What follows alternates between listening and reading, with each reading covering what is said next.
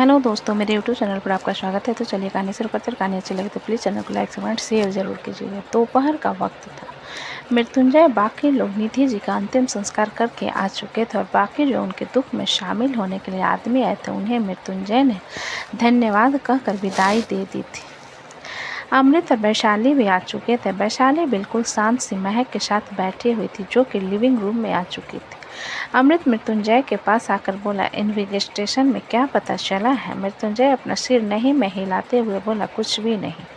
जिसने भी ये किया है उसने पहले से ही हर एक चीज़ की पुष्टि कर रखी थी। अमृत अपना सिर हिलाकर बोला, मुझे तुमसे कुछ बात करनी थी। स्टडी रूम में चले।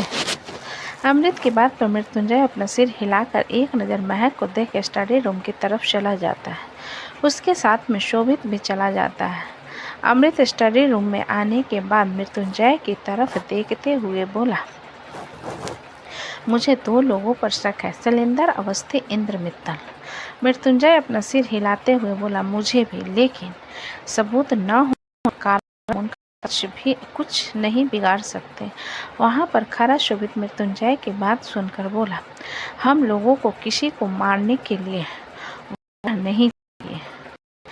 मृत्युंजय की बात सुन अपने दांत पीसते हुए बोला, जब तक इलेक्शन नहीं हो जाते मैं कोई भी तमाशा क्रिएट नहीं करना चाहता जिससे कोई दिक्कत हो। शोभित मृत्युंजय की बात सुनकर कंफ्यूजन में बोला, मुझे एक चीज़ समझ में नहीं आता, आप पॉलिटिक्स में इन्वेस्ट क्यों कर रहे हो? मृत्युंजय शोभित की बात पर बोला, तालाब की गहराई और वहाँ पर रहने वाली मछलियों की प्रजाति कैसी, ये जानने के लिए तालाब में घुसना पड़ता है। हम ऊपर से तालाब की गहराई का अंदाज़ा नहीं लगा सकते, इसलिए मुझे ये करना है। अमृत मृत्युंजय की बात पर सुनकर बोला, मेरे पास न जाने कितने ऐसे केस आते हैं, इसलिए बेहतर है मृत्युंजय तुम इन सब से दूर रहो, क्योंकि तुम जिसे तालाब समझ रहे हो वो समुंदर भी हो सकता है। शोभित अमृत की बात से एग्री करते हुए बोला, अगर अमृत भाई बिल्कुल सही कह रहे हैं, क्योंकि भैरवी दादा का छोटा पोता विराट मुझे चैलेंज करके गया है। शोभित की बात सुनकर मृत्युंजय कुछ पल सोचकर बोला, उस लड़के को उठाओ। अमृत मृत्युंजय की बात पर बोला, मैंने उसकी इन्फॉर्मेशन निकाली है, बड़ा टेढ़ा चीज़ है। 2 दिन बाद उसके इंटरनेशनल कंपटीशन है, प्रैक्टिस में लगा होगा। मृत्युंजय अमृत की बात सुनकर बोला, अमृत तुम्हें पता है मुझे सबसे ज़्यादा क्या पसंद है? तुम्हारी मतलब की चीज़ में उंगली घुसाना तुम्हारा सबसे पसंदीदा काम है। अमृत ने अपना सिर हिलाते हुए जवाब दिया, जिसके जवाब को सुन मृत्युंजय तिरछी मुस्कान के साथ बोला, तो तुम्हें ऐसा क्यों लगता है कि मैं उसे बंदे को नहीं उठा सकता? शोभित मृत्युंजय को कुछ कहने के लिए मुंह खोलता कि अमृत मृत्युंजय से कहता है, मैंने तुम्हारा शेड्यूल चेक किया, दीपा वत्स ने तुमसे मीटिंग के लिए अपॉइंटमेंट ली है। मृत्युंजय अमृत की बात पर अपना सिर हिलाते हुए बोला, ठीक है, उसे परमिशन दे दो, लेकिन मुझे पहले हॉस्पिटल जाना है। अमृत मृत्युंजय की बात पर बोला, क्या हम विकल्प को अधिराज राजन के साथ जाने देंगे? मृत्युंजय अपना सिर नहीं में हिलाकर बोला, 24 साल उसे मैंने अपने साथ रखा है, इस काबिल बनाया है कि वो खुद अपनी कंपनी संभाल सके। मैं इतनी आसानी से उसे नहीं जाने दूंगा। जिस पर शोभित कुछ सोच कर बोला, लेकिन हमारा काम आसान हो सकता है अगर विकल्प राजन परिवार में जाता है। मृत्युंजय शोभित की बात सुनकर बोला, तुमने विकल्प के बारे में सोचा है? उसे कैसा महसूस होगा जब उसे पता चलेगा कि हम अपने प्रॉफिट के लिए उसका इस्तेमाल कर रहे हैं? मैं अपने भाई के साथ ऐसा नहीं करूँगा। ये सुन शोभित मृत्युंजय से बोला, तो आप मुझे बताइए, जिस लड़की ने उस फारसी आदमी को मारा था, क्या उसे अपने विकल्प के पीछे लगाया है? मृत्युंजय शोभित की बात सुन कंफ्यूज होते हुए बोला, मैंने किसी को विकल्प के प्रोटेक्शन के पीछे नहीं लगाया, सिर्फ बॉडीगार्ड थे। मृत्युंजय की बात सुन अमृत बोला, इसका मतलब जब से पहली बार हमला हुआ है तब से लेकर अब तक कोई विकल्प को प्रोटेक्ट कर रहा है। ये सुन मृत्युंजय अमृत की तरफ देखते हुए बोला, ऐसा भी हो सकता है कि राजन फैमिली ने किसी को सीक्रेट तरीके से विकल्प को प्रोटेक्शन के लिए हायर किया हो। अमृत मृत्युंजय के बात पर सिर हिलाते हुए बोला, वैशाली तुम्हारा सिर फोड़ने वाली है। मृत्युंजय मुंह बनाते हुए बोला, जब तक घर का माहौल ऐसा है वो किसी भी तरीके का तमाशा नहीं करने वाले, इसलिए चलो नीचे चलते हैं। तीनों अपना सिर हिलाते हैं और स्टडी रूम से बाहर आ जाते हैं। शोभित अदिति के कमरे की तरफ चला जाता है तो देखता है अदिति वहाँ पर नहीं थी। शोभित थोड़ा कंफ्यूज हो अपने कमरे में आता है तो पाता है अदिति सो रही थी, जिसे देखते हुए शोभित गहरी सांस लेकर कमरे का दरवाज़ा अंदर से बंद कर अदिति के पास जाकर उसके सिर को सहलाने लगता है तो अदिति नींद में रोने लगती है, जिसे देखते हुए शोभित अदिति के हाथ को पकड़कर अपने होठों से लगाते हुए बोला, I will always protect you. तुम्हारे होठों की हंसी में कहीं नहीं जाने दूंगा अदिति। इतना कहकर शोभित अदिति के माथे पर चूमकर वॉशरूम की तरफ चला जाता है। इधर शाम धीरे धीरे ढल रही थी और आलोक उस लड़की को ड्रेसिंग टेबल के सामने बैठाए उसके बालों को बना रहा था। आलोक उस लड़की के कान के पीछे काजल से टीका लगाते हुए बोला, तुम सच में अप्सरा की तरह खूबसूरत हो। जिस पर वो लड़की कोई जवाब नहीं देती तो आलोक उसके कंधे पर धीरे से अपने होठ रखते हुए कहता है, बेबी तुम मुझे अपना क्यों नहीं लेती। वो लड़की मिरर में आलोक को देखते हुए बोली, मेरा तुम्हें अपनापन न अपनाना और ना अपनाना भी तो बराबर है आलोक। क्यों तुम्हें करना है वो तो तुम करोगे। आलोक उसकी बात पर मुस्कुराते हुए उसके गले पर हल्का सा बाइट करके बोला, तुम कितनी अच्छी तरीके से जानती हो ना मुझे, इसलिए तुम मुझे इतनी पसंद हो। ये कहते हुए आलोक कसकर उसे गले लगा लेता है, जिस पर वो लड़की दर्द से कराह जाती है। आलोक उसके कराहट को इग्नोर कर उस गालों को एक करते हैं, चलो हम कहीं घूमने चल। वो लड़की आलोक की बात पर हैरानी से उसकी तरफ देखते हुए बोली, क्या तुम मुझे दुनिया के सामने लाना चाहते हो। ये सुन आलोक मासूम सा चेहरा बनाते हुए बोला, तो तुम मुझे विलेन बना रही हो बेबी। कैसे, आज एक मेहमान आने वाला है, तुम अच्छे से एंजॉय करना। वो लड़की आलोक पर उसे खुद से करते हुए बोली, मेरा ऐसा चलेगा, मुझे मार क्यों नहीं दे।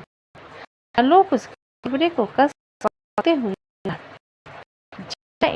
बनने की कोशिश करो, ऐसा हो चुका है, इसलिए चुपचाप आने वाले गेस्ट को अटेंड करो, समझी।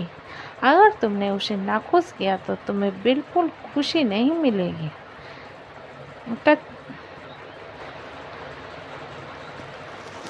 सेल्वन का चेहरा पीला पड़ चुका था। रॉबिन सेल्वन के चेहरे को देखते हुए बोला, क्या हो गया, किसी ने खून चूस लिया, जैसे तुम्हारा चेहरा पीला क्यों पड़ गया है। सेल्वन रॉबिन के बात सुनकर प्रकृति को देख रहा था, जो कि अपने दोस्तों के साथ गोवा घूमने आई थे और उसे दूर दूर तक पता नहीं था कि ऋतिक गोवा आया हुआ है। ऋतिक बुरी तरीके से प्रकृति को घूर रहा था, लेकिन उसकी आंखें और ज़्यादा डार्क हो जाती हैं जब वह उसके पीछे सचेत को देखता है, जो कि प्रकृति के साथ चिपक कर डांस कर रहा था। अब आगे सिटी हॉस्पिटल में विप्लव के ये सवाल पर कि अधिराज मृत्युंजय को क्यों ढूंढ रहा है। अधिराज विप्लव को ऊपर से लेकर नीचे तक देखने लगते हैं।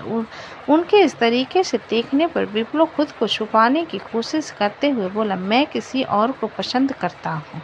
अगर अपनी बेटी के लिए पसंद करोगे तो बता देता हूँ, मैं उसे खुश नहीं रख सकता।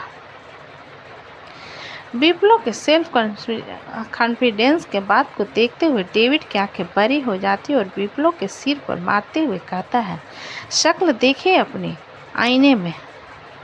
विप्लो अपने सिर को सहलाते हुए डेविड को घूर कर बोला, आपसे लाख गुना ज़्यादा खूबसूरत हूँ मैं, जाकर किसी भी लड़की से पूछ लो। डेविड 2 मिनट विप्लो को घूरने के बाद अधिराज की तरफ देखते हुए बोला, बॉस आपने अपने भाई के पास गए हैं क्योंकि उनकी वाइफ की तबीयत खराब हो और उन्हें हॉस्पिटल लाया गया है। अधिराज डेविड की बात पर अपना सिर हिलाकर विप्लो की तरफ देख मुस्कुरा कर बोला, बेटा सेल्फ कॉन्फिडेंस होना अच्छी बात है, लेकिन ओवर सेल्फ कॉन्फिडेंस होना कभी कभी हमें मुश्किल में डाल देता है। विप्लो मुस्कुराते हुए अधिराज से बोला, इसका मतलब जब आपने अपनी बीवी को प्रपोज किया था आप कुछ ज़्यादा ही हीरोपंती झड़ रहे थे, इसलिए मुझे एडवाइस दे रहे हो। अधिराज के चेहरे की मुस्कान गायब हो जाती है, जिस पर डेविड विप्लो के मुंह पर हाथ रखते हुए अधिराज से बोला, ये बरबोला है, कुछ भी बोलता रहता है, इसकी बातों को सुनोगे तो पागल हो जाओगे। आप जाओ। विप्लो डेविड से खुद को छुड़ाने की कोशिश करते हुए बोला, अरे छोड़ो मुझे उनसे बात करनी है, वो चले जाएंगे। उन्होंने मेरे ब्रो को क्यों पूछा, मुझे पूछना है, छोड़ो ना। डेविड विप्लो को अपने सामने खड़ा करके बोला, सुना। विप्लो ने गाने के नाते कहा, जिस पर डेविड उसे घूरते हुए बोला, आगे से बाएं निकल। विप्लो डेविड की बात पर मुंह बनाते हुए बोला, यार तुमको गाना नहीं आता तो मुझे पता है, गाने की ऐसी की तैसी करके उसका पोस्टमार्टम कर दिया। डेविड अपना सिर हिलाते हुए बोला, हाँ मुझे पता है कि मुझे गाना नहीं आता, लेकिन मुझे समझ नहीं आता तुम्हारे जैसा फीलिंग का मूर्त आज इतना खुश क्यों है। डेविड की बात पर विप्लो अपने गाल को छूते हुए बोला, मैं खुश हूँ, लेकिन मुझे तो नहीं लगता मेरी आंखों में खुशी नज़र आ रही है। ये कहते हुए विप्लो अपनी आंखें बड़ी करके डेविड को देखने लगता है, जिसे देख डेविड 2 कदम पीछे होकर बोला, उल्लू की प्रजाति में पैदा होना चाहिए था तुम्हें, बिना मतलब का इंसान बन गया तुम। जहाँ जाना है ना वहाँ निकलो, दिमाग मत खराब करो। विप्लो डेविड की बात पर उसे ऊपर से लेकर नीचे तक शक भरी नज़र से देखते हुए आईसीयू के अंदर घुस जाता है, जिस पर डेविड उसके पीछे जाते हुए जल्दी से बोला, अबे पगला तू पागल हो गया है क्या। ये सुन विप्लो हंसते हुए इधर उधर देख कर बोला, तुम्हारा कोई सेटिंग है ना, मुझे पता। ये कहते हुए डेविड विप्लो चुप हो जाता है, क्योंकि सामने विकल्प बिस्तर पर लेटा हुआ था और उसे ऑक्सीजन मास्क लगा हुआ था और वो अभी भी बेहोश था।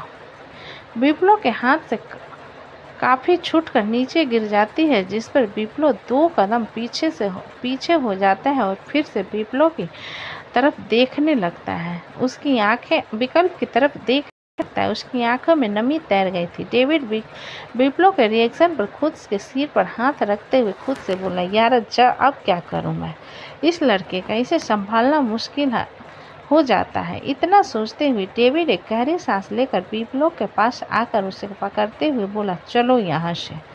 डेविड की बात पर विप्लो उसे खुद से दूर करते हुए बोला, तुमने झूठ बोला, मेरा विक्की भाई यहाँ पर है, तुम सब लोगों ने झूठ बोला। डेविड विप्लो की बात पर सख्त आवाज़ में बोला, विप्लो बच्चों की तरह रिएक्ट करना बंद करो, चलो यहाँ से। विप्लो रोते हुए डेविड को मारकर बोला, मुझे चुप रहने के लिए कहते हो, मेरा ब्रो यहाँ पर ऑक्सीजन में लेटा हुआ है, मेरा ब्रो। यह कहकर विप्लो रोते हुए जाकर विकल्प को गले लगा देता है। डेविड विप्लो को रोता हुआ देखकर मुंह बनाकर मृत्युंजय को कॉल कर देता है। दूसरी तरफ से मृत्युंजय अटैक करते हुए बोला, क्या हुआ। डेविड विप्लो को देखते हुए बोला, आपका यहाँ पर आकर शोक सभा मना रहा है, जल्दी आओ। डेविड की बात पर मृत्युंजय कहकर कॉल कट कर देता है। डेविड मृत्युंजय से बात करने के बाद अपना फ़ोन जेब में रख विप्लव के पास आकर बोला, भाई वो जिंदा है यार, बेहोश है। विप्लव विकल से अलग कर डेविड को मुक्का मारते हुए बोला, तुम मर जाओ। मेरा ब्रो मरेगा। डेविड अपने गाल पर हाथ रख विप्लव को घूरते हुए बोला, एक कान के नीचे रपटा लगाऊंगा ना, बेहोश हो जाओगे। मुझ पर हाथ उठाते हो? तुमसे बड़ा हूँ मैं, वो भी पूरे 8 साल का। विप्लव सुबकते हुए डेविड के बाल को पकड़कर बोला, हो तो बड़े हो तो क्या मुझे बच्चे करोगे? मेरा भाई यहाँ पर बेहोश है और मुझे ठीक से रोने के नहीं देते। डेविड अपने बालों को छुड़ाते हुए बोला, अरे मेरे बाल छोड़, तू पागल हो गया है क्या? अरे वो बिल्कुल ठीक है यार, कल सुबह तक होश में आ जाएगा। लेकिन विप्लव डेविड के बाल को छोड़ने का नाम नहीं लेता और उसके बाल को खींचते हुए कहता है, मुझसे झूठ बोला कि मेरा ब्रो बिजनेस ट्रिप पर गया और मेरा ब्रो यहाँ पर सो रहा है। तुम लोग झूठ बोलते हो, गंदे कहीं के। तभी आईसीयू का दरवाज़ा खोलता है और मृत्युंजय अंदर आता है। तो दोस्तों, कहानी कैसी लगी मुझे कमेंट में लिखें। अच्छी लगे तो प्लीज़ चैनल को लाइक करें, सब्सक्राइब करें और ज़्यादा से ज़्यादा शेयर करो कहानी को पूरा सुनने के लिए। धन्यवाद। हेलो दोस्तों, मेरे यूट्यूब चैनल पर आपका स्वागत है। तो चलिए कहानी शुरू करते हैं। कहानी अच्छी लगे तो प्लीज़ चैनल को लाइक और शेयर। मृत्युंजय अपने सामने का नज़ारा देख सख्त आवाज़ में विप्लव से बोला, विप्लव डेविड के बाल छोड़ो। विप्लव मृत्युंजय की आवाज़ पर डेविड के बाल को और कसकर पकड़ते हुए अपना सर नहीं में हिलाकर बोला, मैंने इससे पूछा आईसीयू में कौन है तो कहता है कि घूमने आया है। ये नहीं कहता मेरे भाई पर नज़र रख रहा है, और आप भी झूठ बोलते हैं। मृत्युंजय अपने कदम आगे बढ़ाकर विप्लव को उसके कॉलर से पकड़ डेविड के बाल को छुड़ा अपनी तरफ खींच कर बोला, मैंने किसी को भी बताने से मना किया था। मुंह बंद करके रखो और चलो बाहर, उसे आराम की ज़रूरत है। विप्लव मृत्युंजय के सख्त आवाज़ पर रोने लगता है, जिसे देखकर मृत्युंजय इरिटेट हो जाता है और उसे खींचते हुए आईसीयू से बाहर ले आता है। डेविड अपने बालों को ठीक करते हुए खुद से बोला, थैंक गॉड इसका भाई आ गया, वरना आज तो ये मुझे गंजा ही कर देता। इतना कहते हुए डेविड एक गहरी सांस लेकर एक नज़र विकल्प को देख उसके पास जा उसे ठीक से चेक करने के बाद आईसीयू से बाहर आ जाता है। डेविड आईसीयू से बाहर आकर देखता है तो विप्लव अपना सिर झुकाकर सुबकते हुए खड़ा था और उसके सामने मृत्युंजय बिल्कुल एक हिटलर की तरह खड़ा उसे घूरे जा रहा था। डेविड मृत्युंजय की डांट से विप्लव को बचाने के लिए बोला, बॉस आपको पता है ना वो विकी से कितना प्यार करता है, इसलिए हाइपर हो गया था। मृत्युंजय डेविड की बात पर उसे घूरने के बाद विप्लव को घूरते हुए बोला, 21 साल के हो चुके हो, तुम कोई छोटे बच्चे नहीं हो, इसलिए सुधर जाओ और थोड़ी जिम्मेदारी लेकर आओ। हमारे घर में सबसे यूजलेस फेलो तुम हो, इस बात को अपने दिमाग में ठीक से घुसा लो। डेविड मृत्युंजय की बात पर बोला, बॉस। मृत्युंजय डेविड की बात को इग्नोर करते हुए विप्लव से बोला, बात सच है लेकिन कड़वी है। विप्लव, 21 साल के हो तुम, क्या किया है तुमने अब तक? विकल्प को देख मेरे साथ ऑफिस जाता है, हर मीटिंग को खुद अकेले संभालने का दम रखता है, और तुम्हें कहीं घूमने से फुर्सत मिले तब तुम अपने करियर पर फोकस करोगे। मृत्युंजय की बात को सुनते हुए विप्लव फिर से रोने लगता है। उसे रोता हुआ देखकर मृत्युंजय गुस्से से बोला, लड़की नहीं हो तुम जो आंसू बहा रहे हो। एक बात हमेशा याद रखना, लड़कों की इज्जत वही होती है जहां वो खुद पर डिपेंड होते हैं। अगर तुम अपने डैड पर डिपेंड रहना चाहते हो तो भूल जाओ कि तुम्हें कहीं इज्जत मिलेगी। अब जाओ यहाँ से। विप्लव अपनी नम आंखों से मृत्युंजय की तरफ देखते हुए बोला, आपने झूठ बोला। मृत्युंजय अपने दांत पिसकर बोला, हाँ मैंने झूठ बोला, क्योंकि घर में पहले से सब लोग परेशान थे निधि आंटी की मौत के कारण। अब उन्हें यह भी बता देता कि विकल्प हॉस्पिटल में, तब तुम्हें अच्छा लगता। विप्लव सुबकते हुए मृत्युंजय से बोला, तो आपने मुझे क्यों नहीं बताया भाई, मैं किसी को नहीं बताता। मृत्युंजय गहरी सांस लेकर विप्लव को अपने करीब खींच उसे गले लगाते हुए बोला, शांत हो जाओ, तुम रोते क्यों हो यार। विप्लव उसे गले लगाकर रोने लगता और शिकायती आवाज़ में कहता, आपने कहा कि मैं किसी काम का नहीं हूँ, मैं बहुत काम का हूँ, आपको भी पता है मैं बहुत काम का हूँ। मृत्युंजय विप्लव को पीठ के थपथपाते हुए बोला, शांत हो जाओ, रोना बंद करो। विप्लव से सकते हुए मृत्युंजय से दूर होकर उसे देखते हुए बोला, क्या हुआ है विक्की ब्रो को। मृत्युंजय कुछ पल शांत रहकर विप्लव से बोला, तुम्हें पता है ना उसे ब्लड फोबिया है। हाँ मुझे पता है। विप्लव ने अपना सिर हिला जवाब देते हुए, जिस पर मृत्युंजय विप्लव के सिर को थपथपाते हुए बोला, बस इसलिए वो बेहोश हो गया था क्योंकि उसने बहुत सारा खून देख लिया था। उसे कल सुबह तक होश आ जाएगा। अगर तुम वैशाली के साथ तुम जाकर वैशाली के साथ रहो। जिस पर विप्लो अपना सिर नहीं में हिलाकर बोला, वैशाली के साथ उसका पति है, मैं अपने विक्की भाई के साथ रहूँगा। मृत्युंजय विप्लो से ज़्यादा जिद ना करते हुए अधिराज की तरफ देखता है, जो कि उन दोनों को ही देखे जा रहा था। मृत्युंजय एक नज़र विप्लो को दिखाती अधिराज से बोला, रात काफ़ी हो गई है, आप घर जाओ। विप्लो अधिराज को ऊपर से लेकर नीचे तक देखते हुए मृत्युंजय से बोला, भाई क्या ये अंकल डेविड की तरह डिटेक्टिव है? लेकिन इनकी उम्र बहुत ज़्यादा हो गई है, दौड़ भी नहीं पाते होंगे ठीक से। अधिराज विप्लो की बात पर बस मुस्कुरा देते हैं, फिर मृत्युंजय की तरफ देखते हुए कहते हैं, मैं यहाँ पर ठीक हूँ, तुम्हें ज़्यादा फिक्र करने की ज़रूरत नहीं है। मृत्युंजय अपना सिर हिला देता है और वहाँ से आगे की तरफ जाने लगता है। जिस पर अधिराज कहते हैं, मृत्युंजय मुझे तुमसे कुछ बात करनी थी। मृत्युंजय एक नज़र अधिराज की तरफ देखने के बाद अपना सिर हिला वेटिंग रूम की तरफ चला जाता है, जिस पर अधिराज उसके पीछे चले जाते हैं। विप्लो अपने खाली हाथ को देखते हुए डेविड से बोला, मेरे लिए कॉफ़ी ले आओ। कॉफ़ी ले आओ ना। डेविड उठकर बोला, ठीक है, नौकर बनाकर रखा है। इतना कहकर डेविड पैर पटकते हुए कॉफ़ी लेने चला जाता है। विप्लो आईसीयू की तरफ देखते हुए खुद से बोला, मेरे विक्की भैया को क्या हुआ है, पता लगाना पड़े। ये लोग पक्का झूठ बोल रहे हैं मुझसे, ब्लड फोबिया में कोई बेहोश होता है। इतना सोचते हुए विप्लो अपना फ़ोन निकाल कर किसी को कॉल करने लगता है। दूसरी तरफ से कॉल अटेंड होते हुए बोला, भाई तू उल्लू है, हम लोगों को सोने दे। विप्लो को इधर सोच कर बोला, अलीना एक बात बताओ, ब्लड फोबिया में बेहोश होते हैं क्या? अलीना विप्लो की बात पर बोली, तुम ये क्यों पूछ रहे हो? विप्लो कुछ पल चुप रहकर बोला, मैं कल सुबह आता हूँ, स्टूडियो में मिलते हैं। अलीना ओके कहकर कॉल कट कर देती है, तो विप्लो अपने स्लीव को ऊपर करता है जिसमें एक लोगो बना हुआ था। जैसे देखकर विप्लो मुस्कुरा देता है और फिर से आईसीयू की तरफ देखने लगता है।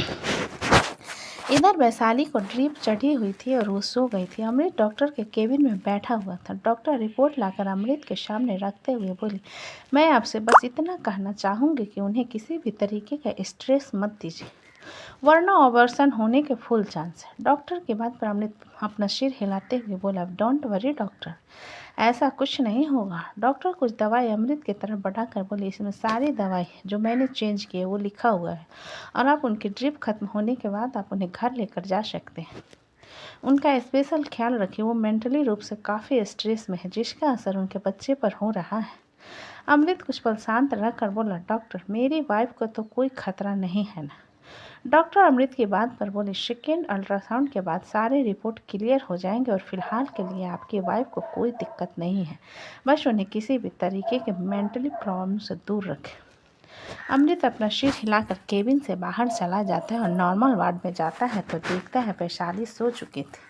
अमृत एक गहरी सांस लेकर वैशाली के पास जाकर उसके हाथ को पकड़ अपने होठों से लगाते हुए बोला, मैं तुम्हें और हमारे बच्चों दोनों को कुछ नहीं होने दूंगा। इतना कहकर अमृत वैशाली के माथे को सहलाने लगता है। इधर गोवा बीच पर सभी लोग मज़े के साथ डांस करने में लगे हुए थे। ऋतिक बुरी तरीके से प्रकृति को घूरने के बाद अपनी गन निकालकर हवा में फायर करता है, जिससे डीजे प्ले होना बंद हो जाता है। ऋतिक उससे ब्रिज से खड़ा होकर वो अपने कदम सीधा डीजे की तरफ बढ़ा देता है। ऋतिक को वहाँ देखकर सचेत की आंखें हैरानी से भरी हो गई थी और उसके बाकी दोस्तों का भी वही रिएक्शन था। प्रकृति थोड़े नशे में लग रही थी, जिस कारण वो अजीब अजीब मुँह बनाते हुए ऋतिक को अपनी तरफ आता हुआ देख रही थी। ऋतिक ऊपर जाकर सचेत के हाथ को पकड़ कस कर मोड़ देता है, जिससे सचेत की चीख निकल जाती है। ऋतिक अपनी पकड़ उसके हाथ पर और मजबूत करते हुए गुस्से से बोला, बहुत शौक है हाथ डालने का? सचेत टेबल पर दूसरे हाथ को मारते हुए बोला, प्लीज़ प्लीज़ हाथ छोड़ो, टूट जाएगा। प्रकृति ऋतिक के पीठ पर मुक्का मारते हुए बोले, अरे गुंडे, छोड़ो मेरे दोस्त को, क्यों मार रहे हो? ऋतिक सचेत को आगे की तरफ धकेल प्रकृति के बालों में हाथ डालकर उसके चेहरे को बिल्कुल करीब लाकर बोला, क्यों, तुम यहाँ पर क्या कर रही हो? प्रकृति ऋतिक की बात पर बिना कोई जवाब दिए उसे घूरने लगती है, जिस पर ऋतिक की पकड़ प्रकृति के बालों पर और मजबूत हो जाती है और वो गुस्से से कहता है, कुछ पूछा मैंने? बेशर्मों की तरह इतने छोटे कपड़े पहनकर यहाँ पर नाच रही हो? प्रकृति ऋतिक के मुंह पर फूंकने लगती है, जिससे ऋतिक को तेज शराब की बदबू आती है और वो प्रकृति को छोड़ देता है। प्राकृतिक ऋतिक की पकड़ से आज़ाद होकर उसे देखते हुए बोली, मुझे दोबारा मत छूना और सुनो, तुम कौन हो जो यहाँ आकर हम लोगों से बदतमीजी कर रहा है। ऋतिक शेलवन की तरफ देखते हुए बोला, पुलिस को कॉल करो और जितने भी लोग यहाँ पर है सबको अंदर डालने के लिए कहो। शेलवन ऋतिक की बात पर हैरान होते हुए बोले, ऐसा नहीं होता, हम लोगों ने कुछ गलत नहीं किया। ऋतिक की बात सुनकर सचेत के माथे में ठंडे पसीने आने लगते और उसके दोस्तों का भी सेम हाल, क्योंकि उन लोगों ने थोड़ी मात्रा में ड्रग्स लिया था। सचेत जैसे तैसे खुद को खड़ा कर सारे दोस्तों को भागने का इशारा करता है तो सभी लोग वहां से भागने लगते हैं। सचेत डीजे से उतरने की कोशिश करता है तो ऋतिक उसे एक लात मारकर नीचे गिरा देता है और रॉबिन से कहता है, होल्ड इट। रॉबिन ऋतिक की बात पर जल्दी से आकर सचेत को पकड़ लेता है तो सचेत खुद को छुड़ाने की कोशिश करते हुए ऋतिक से कहता है, तुम्हारी दिक्कत क्या है? हम यहाँ पर एंजॉय करने आए थे और तुम हमारे एंजॉयमेंट को नजर लगा रहे हो। प्रकृति सचेत का साथ देते हुए ऋतिक से बोले, सचेत बिल्कुल सही कह रहा है, तुम हमारी खुशियों पर नजर लगा रहे हो, तुम सच में पनौती हो। ऋतिक प्रकृति के हाथ को कसकर पकड़ लेता है और उसे डीजे से नीचे उलाकर डीजे वाले की तरफ देखते हुए कहता है, play the song, otherwise you will never be able to play this song again. Hrithik की धमकी पर डीजे वाला सॉन्ग को फुल साउंड में प्ले कर देता है, जिसके साथ ही ऋतिक प्रकृति को छोड़कर सचेत को पीटना शुरू करता है। सचेत के चीख निकल रहे थे लेकिन उसे वहां बचाने वाला कोई नहीं था, उसके दोस्त भाग चुके थे। ऋतिक सचेत के पेट पर गुस्सा मारते हुए गुस्से से बोला, लड़की को बुरी नज़र से टच करता है, तुझे पता है वो कौन है? मेरी बंदी है, समझा, तेरा मुंह तोड़ दूंगा मैं। ये कहते हुए ऋतिक सचेत के गर्दन को कसकर पकड़ लेता है, जिसे देखते हुए प्रकृति घबराहट में शेलवन के पास जाकर, शेलवन उसे बचा लो वरना वो उसे मार देगा। शेलवन प्रकृति के बात का बिना कोई जवाब दे चुपचाप सचेत को मार पड़ता हुआ देखने लगता है, जिसे देखकर प्रकृति जल्दी से रॉबिन के पास जाकर बोली, मुझे नहीं पता तुम कौन हो, लेकिन प्लीज उसे बचा लो वरना वो मेरे दोस्त को मार डाले। रॉबिन एक नज़र प्रकृति को देखने के बाद ऋतिक की तरफ देखकर प्रकृति से बोला, आप ही जाकर बचा सकती हो। जिसे सुनकर प्रकृति जल्दी से ऋतिक के पास जाकर उसे पीछे से गले लगाते हुए बोली, प्लीज उसे मत मारो प्लीज। ऋतिक जो कि सचेत को गर्दन को कस को पकड़े हुए खड़ा था, प्रकृति के छुअन पर सचेत को धक्के के साथ छोड़कर प्रकृति के बालों में हाथ डाल उसे अपने बिल्कुल करीब लाकर बोला, डांस करो, सॉन्ग प्ले हो रहा है, फिर सोचूंगा उसे छोड़ना है या फिर नहीं। ऋतिक का ऐसा कहना प्रकृति को काफ़ी ह्यूमिलेटेड लग रहा था, जिस कारण उसकी आंखें नम हो जाती है। प्रकृति को शांत देखकर ऋतिक उसे छोड़कर सचेत की तरफ अपने कदम बढ़ाते हुए बोला, जब तुम्हारे पैर रुकेंगे इसे मार पड़ेगी, तो चलो कंटिन्यू करो बेबी। प्रकृति ऋतिक की बात पर जल्दी से प्ले हो रहा है सॉन्ग में डांस करना शुरू कर देती है। ऋतिक सचेत के हाथ पर अपना पैर रखे प्रकृति को स्कैन करे जा रहा था। करीब 1 घंटे बाद प्रकृति थकान में वहीं पर घुटनों के बल गिर जाती है और पुलिस भी उसी वक्त आ जाती है, जिस पर ऋतिक सचेत की तरफ एक नज़र देखने के बाद इंस्पेक्टर की तरफ देखता है। इंस्पेक्टर और उसके सारे कांस्टेबल वहां पर जितने लोग थे सबको अरेस्ट करते हुए ऋतिक के पास आकर बोले, thank you Mister Khanna. Hrithik inspector की बात पर बोला, do forensic test on all this and make a good case. सचेत दर्द से कराते हुए ऋतिक की तरफ देखकर बोला, ऐसा मत करो, हमारा पूरा करियर बर्बाद हो जाएगा। ऋतिक सचेत के मुंह पर एक लात मार कर बोला, साले 2 मिनट की खुशी के लिए ड्रग्स लेते हुए तुझे शर्म नहीं आई? और अब पुलिस के साथ अपने ससुराल जाने में तुझे शर्म आ रही है और करियर याद आ रही है। प्रकृति गहरी सांस लेते हुए वहीं पर बेहोश हो जाती है, जिसे देख इंस्पेक्टर उसकी तरफ बढ़ते हैं तो ऋतिक कहता है, let her be she is my girl. Hrithik की बात पर इंस्पेक्टर अपना सिर हिलाकर बोले, but you have to check rights right. Hrithik अपना सिर हिलाकर प्रकृति के पास जा अपने लॉकेट को खोलता है, जो कि एक छोटी सी चाकू थी। ऋतिक प्रकृति के हाथ को पकड़ उसकी उंगली को हल्का सा कट कर उसके ब्लड को एक छोटे से शीशी में स्टोर करने लगता। उस ब्लड को इंस्पेक्टर की तरफ उछाल कर कहता है, for your checkup. Inspector Hrithik के शॉर्ट टेम्पर नेचर के बारे में बहुत अच्छे से जानता था, जिस कारण अपना सिर हिलाते हुए वो बाकी सब लोगों को वहां से लेकर चला जाता है। ऋतिक गहरी नज़र से प्रकृति को 2 मिनट घूरने के बाद वहां से उठने लगता है तो शेलवन कहता है, बॉस। ऋतिक शेलवन की बात पर उसे अपनी जहरीली आंखों से घूरते हुए बोला, इतनी फिक्र इस बेहुदा औरत को शर्म नहीं आ रही है? पीकर यहाँ बेहोश पड़ी है और मैं इसका ख्याल रखूं? रॉबिन ऋतिक के बात पर धीरे से बोला, अगर आपको इसे लेकर जाना ही नहीं था तो इंस्पेक्टर को ले जाने देना चाहिए था। ऋतिक रॉबिन की आंखें दिखाते हुए बोला, तुम्हारी खातिरदारी नहीं हुई है क्या? जुबान बहुत चल रही है। रॉबिन सेल्वन की तरफ अपनी मासूम नज़रों से देखने लगता है तो सेल्वन उसके गाल पर थप्पड़ जड़ देता है। रॉबिन छोटा सा मुंह बनाकर रह जाता है। वहीं ऋतिक एक गहरी सांस लेकर प्रकृति को अपनी बाहों में उठा आगे की तरफ बढ़ जाता है। उसका बॉडीगार्ड जो कि गाड़ी ले आया था, ऋतिक उसमें जाकर बैठ जाता और उसकी गाड़ी उसके बंगले की तरफ दौड़ देती। इधर मुंबई मित्तल मेंशन में रात के 2 बजे नित्या सो रही थी। तभी उसे ऐसा महसूस होता है जैसे कोई उसके बालकनी में आया। नित्या अचानक नींद से उठकर बैठ जाती है और इधर उधर देखने लगती है तो बालकनी के पास लगे पर्दे हवा से उड़ रहे थे। नित्या को ठंड लगने लगते हैं, जिस कारण वो बिस्तर से उतरकर लाइट ऑन कर सारे खिड़की दरवाजे बंद करने लगती है। और जब बालकनी के पास पहुंचती है तो अचानक उसके सामने इंद्र मित्तल आ जाता है। इंद्र को देखकर नित्या की जान उसकी हलक में अटक जाती है। इंद्र नित्या को डरा हुआ देखकर उसकी तरफ अपने कदम बढ़ाते हुए बोला, क्या हुआ मेरी बच्ची, इतना डर क्यों गई? नित्या अपने कदम पीछे लेते हुए घबराहट में बोली, आप यहाँ क्या कर रहे हो? इंद्र अपने हाथ में पकड़ा छोटा सा कुल्हाड़ी नित्या के दिखाते हुए बोला, तुम्हारी जान लेने आया हूँ। नित्या हैरानी से इंद्र को देखते हुए बोली, आप पागल हो गए हो? आप मुझे मारना चाहते हो? इंद्र नित्या के गर्दन को कसकर पकड़ते हुए बोले, तुम्हें शर्म नहीं आई? अपने बाप को जेल पहुंचाते हुए तो मैं तुम्हें मारने में से पहले क्यों सोचूं? नित्या खुद को इंद्र से छुड़ाने की कोशिश करते हुए बोली, आप क्या कर रहे हो?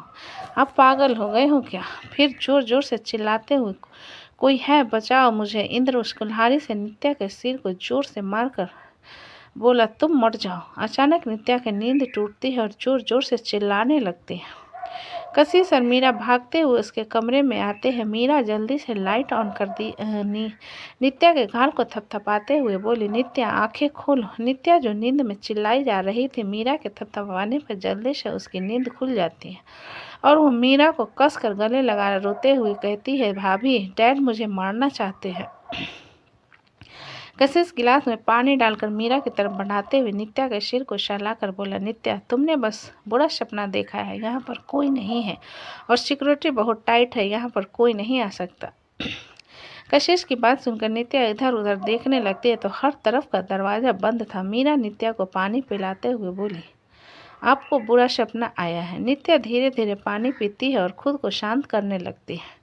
मीरा नित्या की तरफ देख कशिश से बोली, ये काफ़ी ज़्यादा डर गई है, मैं इनके साथ सो जाती हूँ, आप अकेले सो जाइए।